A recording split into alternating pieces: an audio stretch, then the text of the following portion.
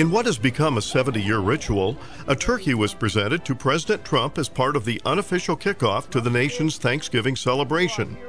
Like many of his predecessors, the bird, named Drumstick, received a presidential pardon and will live out his days as an agriculture ambassador. But the road to the White House and a moment of presidential glory began nearly 5 months before the pre-Thanksgiving event. The 2017 presidential flock was raised by Alexandria farmer and chair of the National Turkey Federation, Carl Wittenberg, and his wife, Charlene.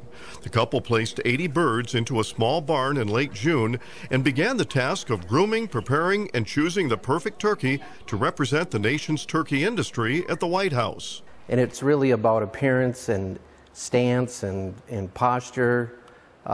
Typically, it's a male, because males strut and they show their feathers. But we're going to look at both the male and the female. But we'll get down to 2 turkeys at the end. From a Minnesota turkey standpoint, it gives us an opportunity to highlight those farmers and the product that they raise. Minnesota ranks #1 in turkey production. We will produce about 46 million birds each year. And we've got about 450 farmers across the state, and and those represent a number of, some of those are contract farmers and some of those are independent farmers.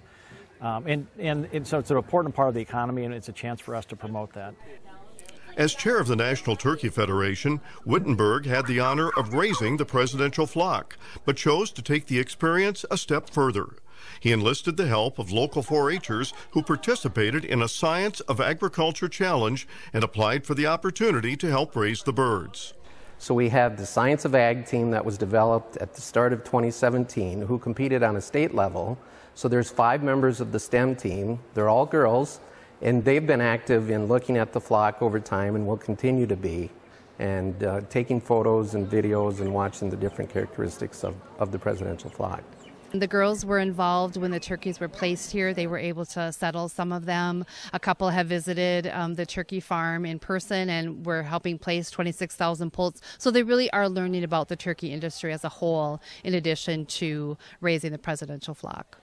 At first I was like a little cautious around birds because I don't have a lot of experience with birds, but we kind of worked out this understanding, like, I won't bother you, you won't bother me. And then once we got past that, it was kind of like learning their personalities. And I think it's been interesting to learn that, birds aren't that scary. I'm definitely learning about how to work with the birds. You walk in and some of them will be like, hey, who are you? What are you doing in my pen type of thing? And they'll walk up to you and they'll be really social. And other turkeys are more like, I'm just going to watch from a distance. And so they have their different personality traits, and they definitely want to meet you in most scenarios. It is something new for me. I've had chickens, but never turkeys. And now this year we just started raising a few turkeys on our own farm. So it's been a new experience, and we've got to learn kind of as a whole family what turkeys are like. And then I obviously get to come and see the presidential turkeys too, which is a lot of fun.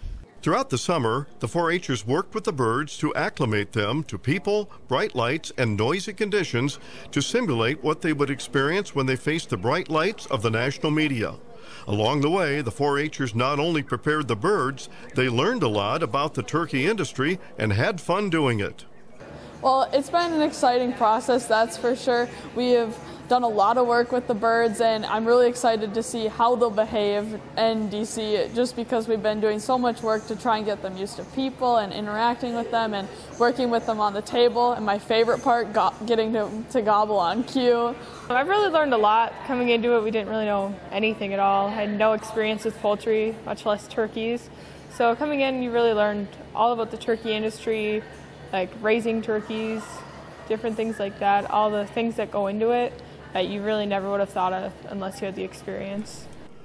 For the Wittenbergs, raising the presidential flock was an honor and an opportunity to educate. It's good to promote turkey and get people on the radar that, that we raise these birds to their benefit, as best as we can, to raise them for their safety concerns, for their health. We do everything that's best for them, not for us.